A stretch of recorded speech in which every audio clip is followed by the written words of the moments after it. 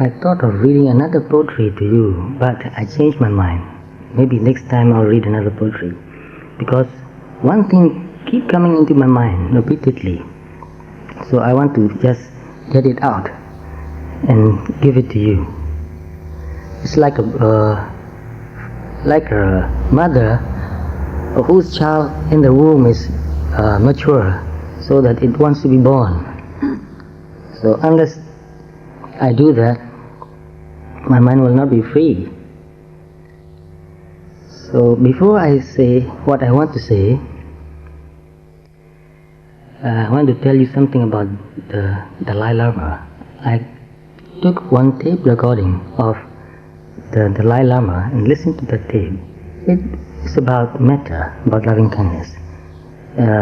He gave that talk when he came to Melbourne a few years ago.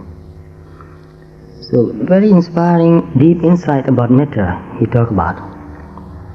I hope some of you have listened to the tape. It's a very good one. I'm going to listen to it again. And in that tape, he talked about meeting one Roman Catholic monk in Italy, I think.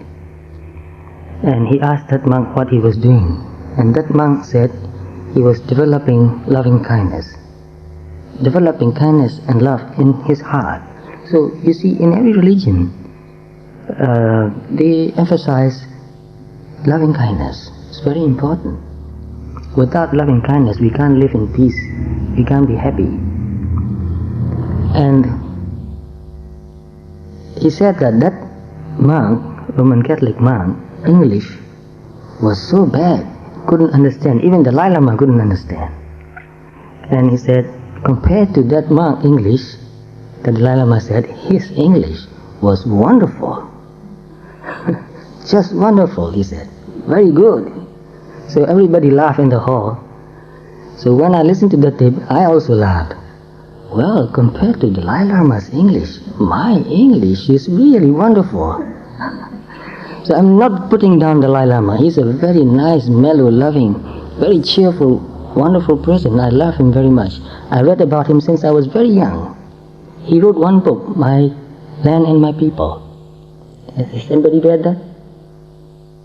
I read that in English, My Land and My People. He wrote that. How difficult it was when the Chinese took over Tibet, and how he escaped. So I was very interested. I still am very interested in Dalai Lama, his life also. So after listening to this tape, I feel very good about my English. And I know that you are very interested and you understand what I mean, although my English, my grammar is very bad. So what I want to say today,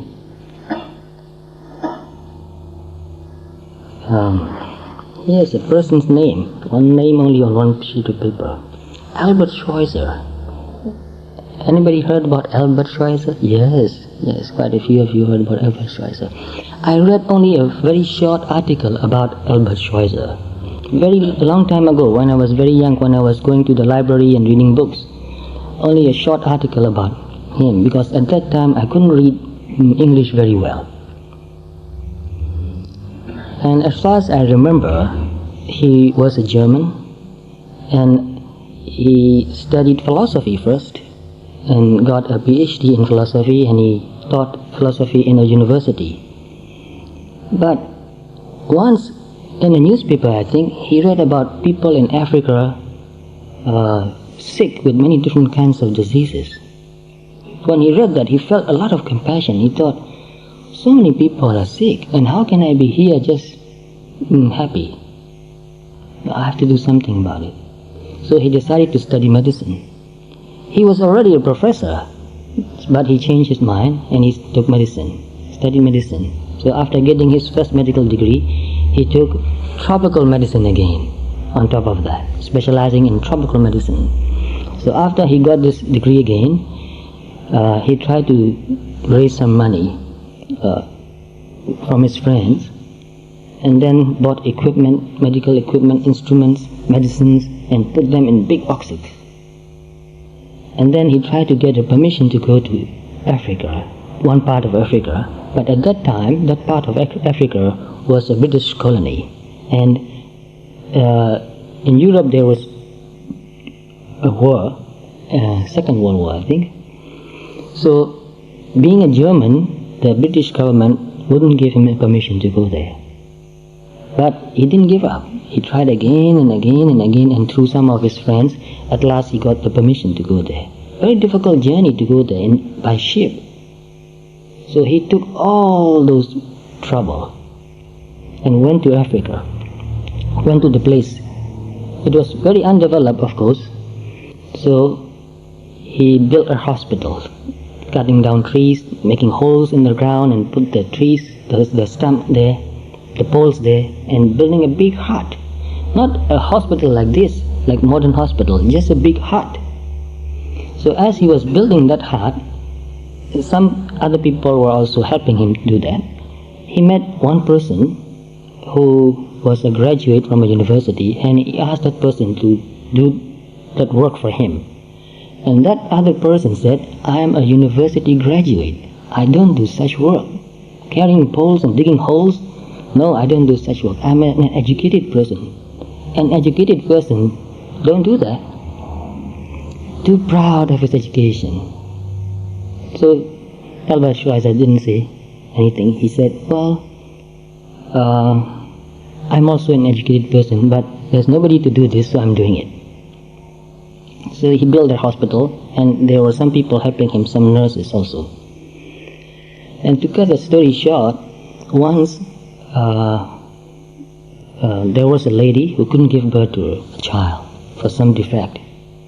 So the doctor, Albert Schweitzer, knew that this lady is going to die. But the Africans have their own way of treating sickness. So the African doctors won't allow him to do anything for this lady. But Albert Schweitzer, he had so much compassion that he said, this lady is going to die. If you don't do something, she will die. And the only way to help her is to cut her womb and take out the baby. There's no other way she can deliver the baby. But the African traditional doctors, medicine men, wouldn't let him do that. For them, it is not allowable. At last the doctor said, if this lady die, kill me. Let me do this. He doesn't get any money for it, you see. He said, let me do this. If this lady die, kill me. He's giving away his life, you see. So unusual, you know. When I first read about him, this wonder, this appreciation was so big. Even now I have goosebumps again. Whenever I feel appreciation for something, I have this rapture. Very exceptional. I couldn't do that. He did that. But I couldn't do that. He's big. Albert Schweitzer was big, and he is still big. He's living in our heart. And he operated on this lady, took out the baby, and treated the lady very well. And then this lady was very weak. And fortunately, the lady's blood group and the doctor's blood group, they match the same. So Albert Schweitzer took blood from his vein and gave that lady that blood. And he did that with many other patients too. He did that so often that he became anemic, weak. So he asked other people to give blood. But the Africans, they don't want to give their blood to another person. For some reason, they are very reluctant to do that. So anyway, he spent his own money, his time, his life, his blood, even his life to help others. How can he do that?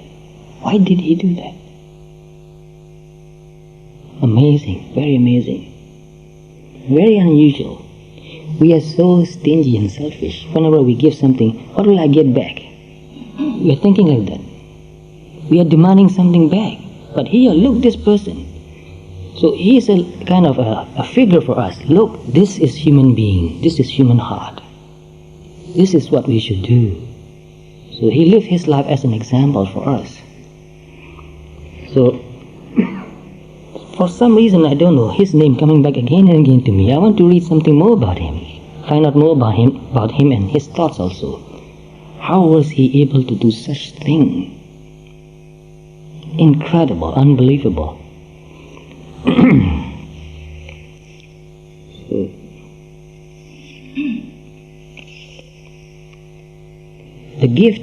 The giving with hope of reward or pay is direct opposition of the law of love. Albert Schweitzer gave away without hoping anything in return, but he got quite a lot without expecting. To truly love, we must give without any desire for reward. So expecting any kind of reward back is a kind of buying it or bartering it. So although we believe in good karma and good result from the good karma, whenever we wish for something, we should look deep into our heart again. What do I want back? When we give away, it's a kind of letting go. So only when we are big enough, when we are mature enough, we can really think for the betterment, for the good of another person, and give away something without expecting anything else. And when a person is able to do that, look at the quality of his heart. How is that quality of his heart? So noble, so pure, so high. And that's the biggest reward actually. Look at that. Feel that. That's the biggest reward. Developing our heart. Developing maturity. You feel really big then. If you want something back, and if you want something more than you give, then you are very small. You become very, very small. So giving away without expecting anything makes you big. So I read in one book where the author asked, "How big are you?" That question really struck me. How big are you? I asked the question myself. How big are you? Are you really big? What are you doing? Why are you doing? What do you expect? So whenever I do something and expect even recognition or appreciation or praise or any kind of thing like that, I look in myself and I see myself very small. Whenever we expect something back, we become small. Look deep and see. You can feel it. But whenever I do something without expecting anything at all, I look deep into my heart and find that my heart was big. So become big. As soon as our loving is accompanied by the hope of repayments, as soon as we attach any strings at all to what we do for others, any string attached to what we do for others, we are no longer giving. So it is not so easy to give, you see. We are giving, yes, we are giving. All our life we are giving. But with what motive? With what expectation? What do we want in return? Do we hope that if I give something to this person will be thankful to me and will listen to me and will take my orders, or maybe he will do something back for me? At least we expect something. Not to expect anything needs a big heart, a mature mind, wisdom. And Buddha did that. Did many things without expecting anything in return. So I don't mean to say that by giving away you will not get anything. I know if you really give away, if you really help another person with real good intention, you get quite a lot. So giving with no thought but for the betterment of someone else, that is important. Not for the betterment of you, for the betterment of someone else. So look, Dr. Albert Schweitzer, he gave away his life. He went to live in Africa. So much hardship, so much sickness. He got sick many, many times. He gave away money, even his blood, even his life. He bargained his life. If this lady dies, kill me. Who can do that? So giving up ownership. When you give away something, you're giving up ownership.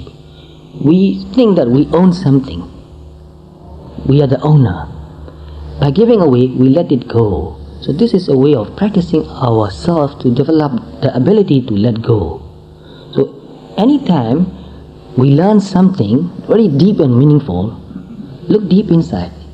Every time you learn something, you are letting go. There's no other way to learn. Whenever you develop some insight, even in meditation, whenever you reach a deeper insight, look deep inside. You are letting go of something. Because without letting go of something, you cannot develop deep insight. So the first insight in meditation is seeing that there is only mental and physical phenomena, nothing else. So in that case, what do you let go? You let go of I. If you can't let go of I, you cannot develop that insight.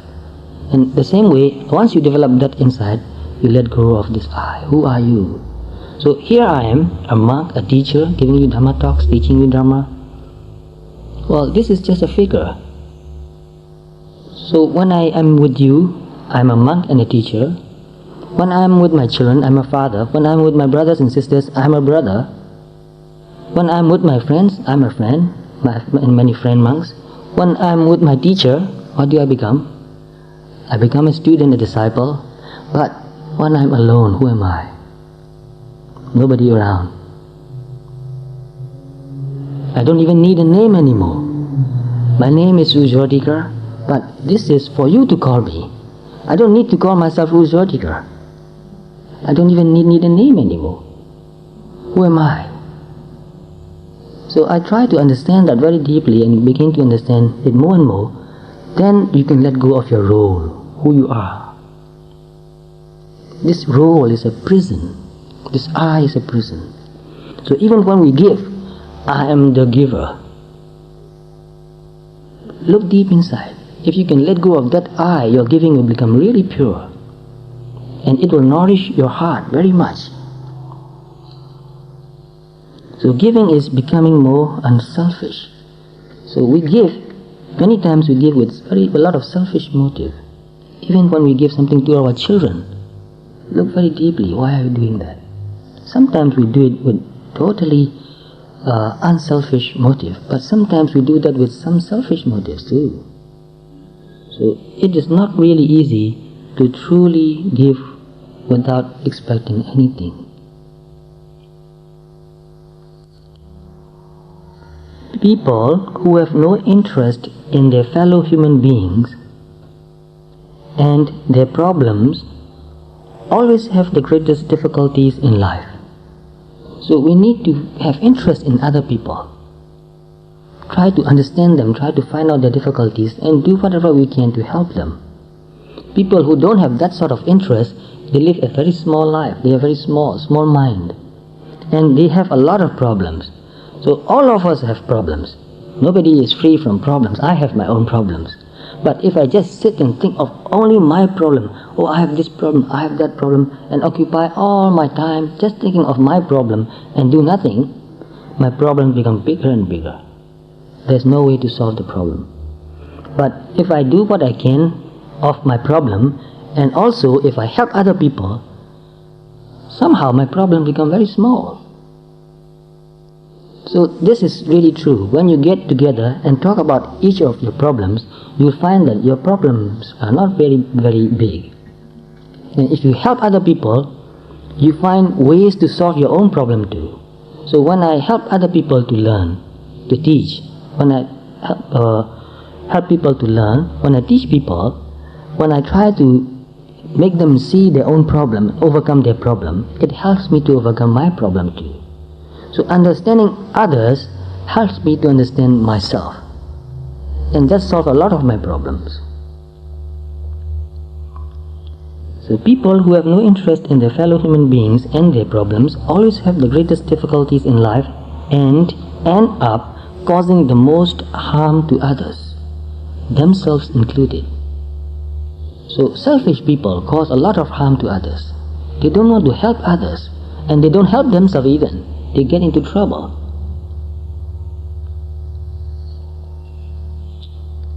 I perceived the entirely self-centered life as not worth living. Entirely self-centered life is not really worth living. By helping other people, we develop our parami, to use this Pali word parami, perfection. There's no other way we can develop ourselves. But if we want to develop ourselves, we have to do something for others.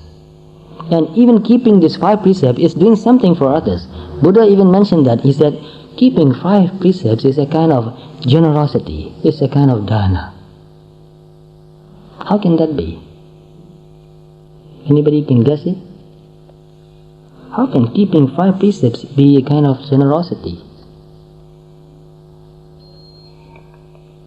I think I've made some notes here for that. Oh, you see? Sila is also dana. How can that be? You are giving away harmlessness. You are not harming anybody. You are giving away fearlessness. People are not afraid of you. If you really keep 5 precepts, nobody need to be afraid of you. You are giving away fearlessness. If everybody do that, this world will be harmless. People will be fearless. Now the world is becoming more and more harmful, very dangerous. To go out, here this place is very good. Once I was in New York, I didn't dare to go out of the door. Always closed and locked inside. Very harmful. Why? People are not keeping 5 precepts. They are not loving, they are not kind, they are not compassionate. So much harm. It makes me fearful. I dare not go out, even out of the door. Very dangerous. But the place where I went to live was called Bronx. Maybe you've heard of it. Bronx. Very dangerous place. When you drive through the Bronx and your car stalled, leave the car and run for life. So that's the kind of place it is. So keeping sila is giving away harmlessness, giving away fearlessness, and giving security, giving peace. Think very deeply. Just by keeping 5 precepts, you are very generous. Not just that, when I go out for a walk in the morning here, people sometimes they smile at me, they nod at me. Some people say hello, some people say good morning. I say the same thing to you. I smile and I nod and I say hello, good morning. I feel very happy. Somebody said hello to me and good morning to me. So generous. I feel really nurtured. You see, friendliness, giving away friendliness, acknowledging me as a human being, although I'm dressed like a monk and some people don't know who I am. Still, some people, yesterday a very old lady, she said hello to me. Oh, surprising. You see, that is generosity actually, giving away friendliness. Metta is also a kind of generosity. So she gave me her metta, her acknowledgement, recognition. So it is not very difficult to be generous. Even when you say thank you, really wholeheartedly, it's a kind of generosity.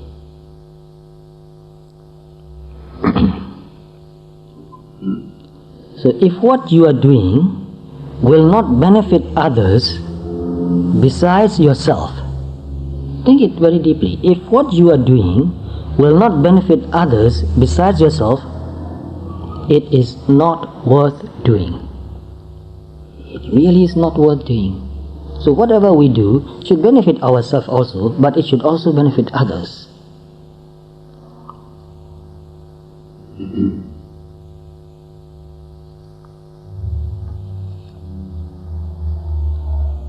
So do you consider yourself a giving person? I think all of us will say yes. So think about it for a moment. Most of us in our society do not really know how to give. Most of us operate on a hidden barter system. So this is not easy. I'm not trying to say that your generosity is not good. I want to make you think more deeply and develop really pure generosity. It will really nourish you. It will really make you feel good. Few genuinely ever give anything away without expecting something in return. So it could be money. You give away money. It could be appreciation, like saying thank you. It could be metta or whatever it might be. So here, we are here together. This is a Buddhist society. This is something big. We participate in this society. And a lot of people here are doing a lot of things for the society, which means for all those who are coming here. So we are giving away a lot. Some people give away donations in the box. It is very important. Without this donation, this society cannot run. So this is non-profit organization. Nobody is profiting from it. Everything that you donate, every dollar that you donate will be used for the good of all the people. So you're giving away money, but look very deeply. Why are you doing that? It's good to give. Give more even.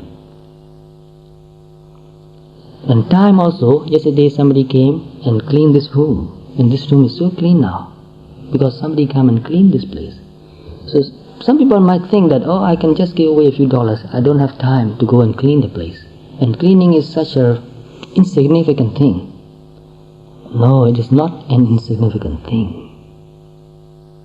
This place is clean, nice, because somebody cleans it. And have you ever heard of one Sayadaw from Burma, Lady Sayadaw? Yes? He's a very famous Sayadaw. He got a Doctor of Literature degree from England too, and very high degrees, titles from Burma too. Very, very learned Sayadaw. He wrote many books on meditation. So when he was around, when he was living, even when he was quite old, every morning he will go out and clean the toilets. Many other monks said, please don't do that. He was a great teacher, a great meditator. He said, people come and told him not to do that. He said, why not? This is not something insignificant. This is not something very low. So he will fill up all the water pots. He will sweep the monastery ground, doing all those things willingly, setting a very good example too. So such a big teacher and so humble. So no matter what you do, if you do that with real good intention, that makes your act really big, noble. So when we give from a place of love rather than from a place of expectation, more usually comes back to us than we could even have imagined. So if you really give with that sort of pure heart, it nourishes you, it makes you become bigger, wiser also. So giving time is something there never seems to be enough of. Especially these days, people don't have time. Hurrying, doing so much. So time is something there never seems to be enough of. Hence, it is one of our most valuable commodities. And time is life. When you give an hour, that is, you are giving away an hour of your life. So some people come here and help for half a day. That is giving away half a day of their life, which is invaluable. So how do you give away time? You get involved in something bigger than yourself and become a participating member. So here is a society. You get involved in this society and you come and work. Some are doing work in the library, some are keeping the accounts. And Janani is the treasurer, he's keeping the accounts. And here is our secretary. And Dr. Mendes is doing this recording for many, many years. And many other people too. They are giving their time. Giving time means giving life. Really important. So, become a participating member. You volunteer. So by volunteering, you are giving your life. You are giving your time. Very important. And also, when somebody is in distress, somebody is unhappy, somebody has a problem, and he or she wants to talk about it, you listen to that person with deep understanding, with compassion. That's also giving your time, giving your heart. Actually, yes, I have got another note here. The simple act of being completely present. Being completely present means your mind is not distracted. When you are with somebody, it might be your husband or your wife or your children, your friend, anybody. When you are with that person, you give all your attention to that person.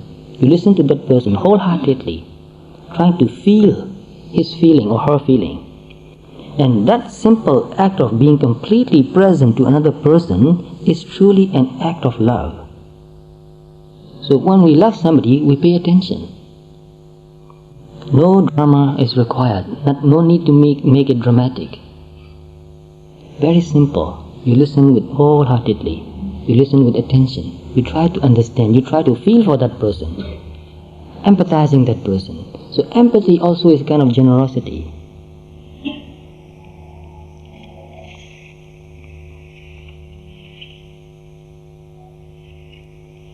So it is important to surround ourselves with giving, loving and nurturing people. So here we are as a body. We are a big body here. The society is a big body. Just like a body, it has got head, eyes, ears, mouth, heart, hands, legs. So all of you are members, like the member, like the limbs, the organs of the body. Every one of you is very important and necessary for this society or for any other society which is doing good for people. So all of us do whatever we can do, contribute. So by contributing and working together, you learn and you grow. You learn how to work with people. You learn the difficulties of working with people too. That is also a learning lesson, very important lesson.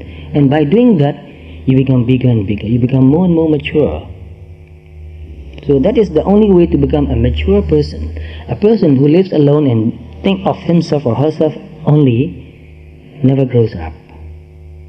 If you want to grow up, you need to relate to other people, understand other people, help other people, work with other people, even though sometimes it's very hard, very hard. But because it is hard, it makes you grow up. If it were easy, you will not grow up. So very important to work as a group. Each one person alone cannot do much. But when we get together, we can do something really big. So to get together is very important. So become a member. I'm not advertising it. This is very important because I participate as a member, and this work helps me to become bigger. I learned quite a lot. Having been here for just 2 months, I've learned quite a lot here. So it is very useful for me. So it is important to surround ourselves with giving, loving and nurturing people.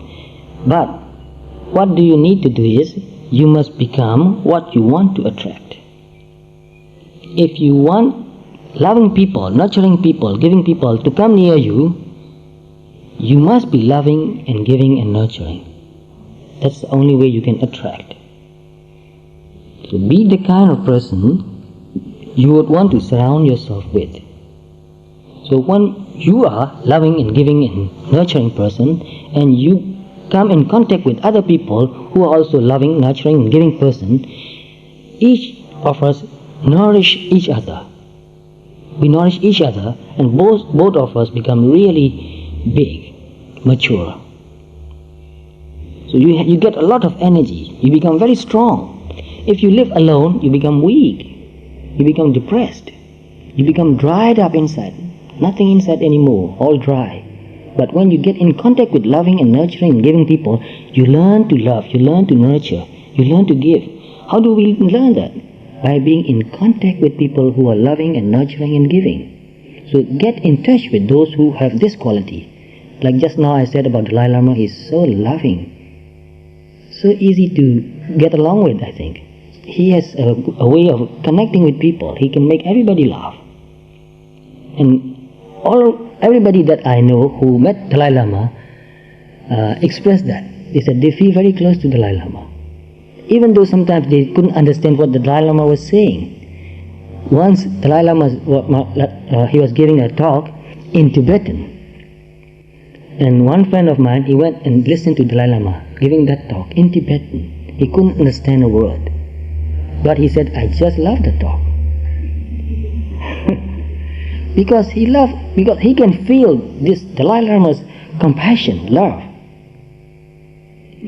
So it is very important to get in touch with people who are loving, kind, generous, nurturing. Then you learn that. And also try your best to be that kind of person.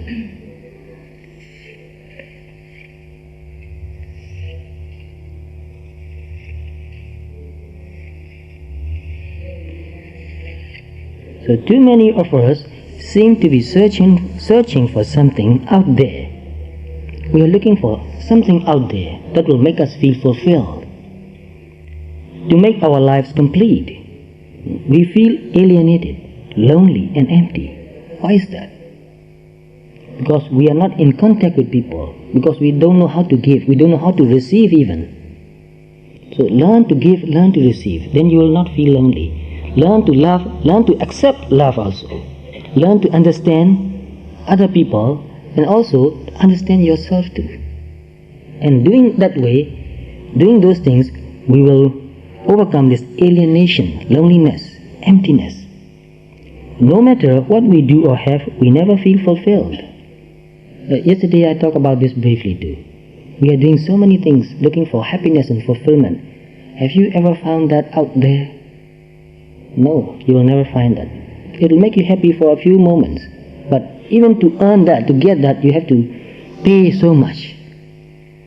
So this feeling of emptiness or intense loneliness is our clue that we are off course, we are on the wrong track, and that we need to correct our direction. So if you feel lonely, alienated, empty, that is a good sign actually, telling you that do something, you are on the wrong track. Correct your direction. So often we think that the correction lies in a new mate, a new house, a new car, a new job, or whatever. So just finding a new mate or a new house or a new car or a new job will not make us feel fulfilled. So what we are really searching for is the essence within ourselves, the spirituality in us. We are human beings, and human beings are naturally spiritual beings. We have two natures, lower nature and higher nature. I talked about this quite a few times. So mostly the society encourages the lower nature, be more greedy, enjoy more sense pleasure. So encouraging this lower nature, so naturally we develop lower nature. But we have higher nature too. Unless we develop that higher nature, we will never feel our life meaningful. So unless we can see meaning in our life, we will never be satisfied. So to be meaningful, to live a meaningful life is very important.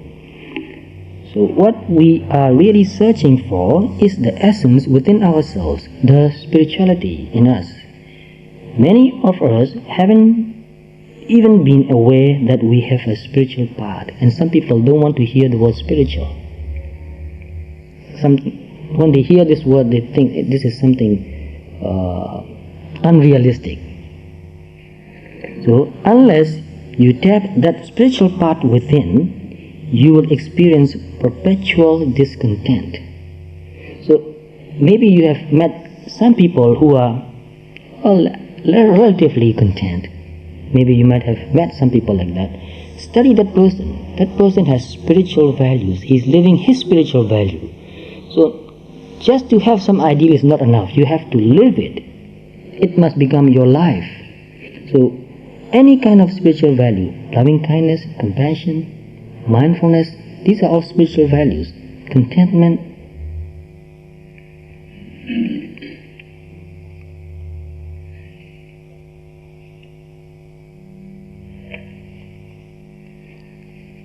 So I have some time left.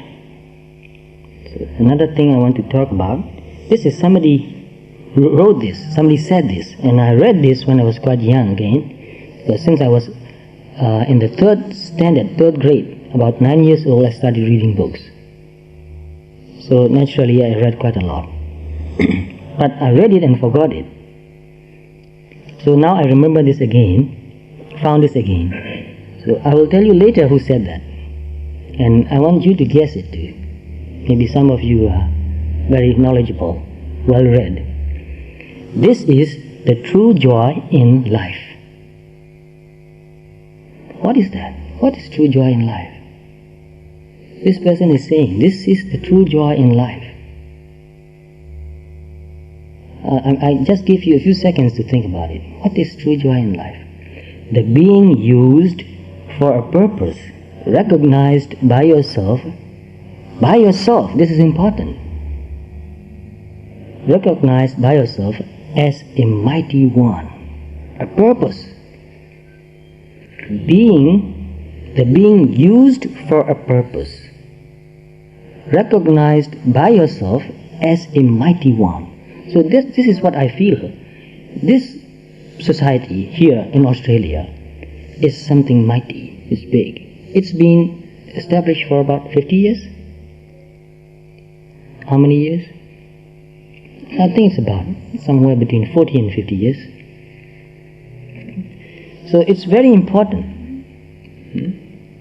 So, as a mighty one, the being a force of nature instead of a feverish, selfish, little clod of ailments and grievances, my goodness, hitting very hard. See? Very strong language. So the being a force of nature instead of a feverish, selfish, little clod of ailments and grievances, complaining that the world will not devote itself to making me happy. Expecting that, make me happy, you are not doing enough for me, you are not making me happy, looking for others who will make us happy. So if we go around doing that, hoping that, we will never be happy.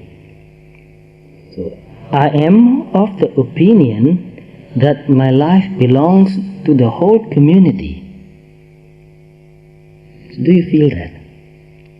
So when you feel that you belong to people and you want to do in whatever way, maybe in a small way, it doesn't matter whether it's small or big, in whatever way you can, if you feel that you belong to the community of human beings, the whole world, or even this community, no matter whether it's big or small, you belong to the community.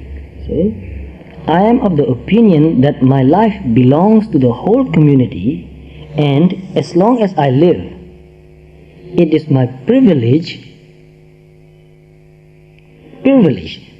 notice this word, it is my privilege to do for it whatever I can.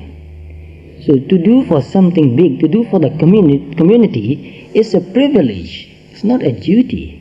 It's not a burden. It is a privilege. So I feel like that too. To have been invited to come here, it's a privilege. So, to do for it whatever I can. I want to be thoroughly used up. We want to use others only. We don't want to be used. Oh, why shall I be used? You are stupid if you let others use you. But here you are not letting others use you. You are using yourself for the betterment of the community, for the betterment of the people. So I want to be thoroughly used up when I die. So one Sayadaw teacher in Burma said, I want to live as long as I can work. And when the day I cannot work, I want to die. And he really did that. He worked until his last day. For the harder I work, the more I live. If you don't work, you don't live. And if you live only for yourself, then you're not living, really. So by working, by doing for others, we learn and grow. If we don't do something good for others, for the community, we don't really learn, we don't really grow, and we will not be fulfilled, we will not be satisfied. So we can do quite a lot, no matter how old or young you are, no matter how rich or poor you are. In our own capacity, each of us can do something. So try just to find out what you can do, and do that. Even sweeping the ground, you can do that. I rejoice in life for its own sake. This is something to think about. I rejoice in life for its own sake. Can you say that? I rejoice in life for its own sake. If you really honestly and truly able to say that, then I can say you are a happy person. You are happy. So once I talk about the joy of being alive. I read this in one book, this French phrase, joie de vivre. I think the pronunciation is right. I'm not sure. Joie de vivre, joy of being alive. Sometimes I feel that, although not always. Joy of being alive. What do you say? Am I not contradicting myself? Life is all dukkha. What is joy? If you see meaning in the dukkha, then there is joy. If you see only dukkha and no meaning, then there is no joy at all. So learning and growing is joyful. I'm learning and I'm growing and I know that. I don't know everything, but I know something. And I know that I can learn something more. Every day I'm learning something more. So, I rejoice in life for its own sake. Life is no brief candle to me. It is a sort of splendid torch, which I've got to hold up for the moment. And I want to make it burn as brightly as possible before handing it on to future generations. So a lot of mighty people, a lot of big people have done big things for humanity. Buddha, the biggest I feel. And there are many other people too, scientists and doctors also. Many people, authors, writers, they've done quite a lot for humanity. And it's our turn now to do whatever we can for humanity. And if you try to do that, you'll feel very happy about your life. And can anybody guess who said that? Who said this? You'll be surprised to hear that. A very funny man. He made a lot of jokes. Very sarcastic, very ironic jokes. George Bernard Shaw. And I love him very much. I read a lot of his books. A lot of his plays, and a lot of his jokes too. So think about these things. Becoming a member of a community of human beings and doing something good for the human being, for the community. And that way we develop our inner qualities. We learn from each other. I learn from you and you learn from me.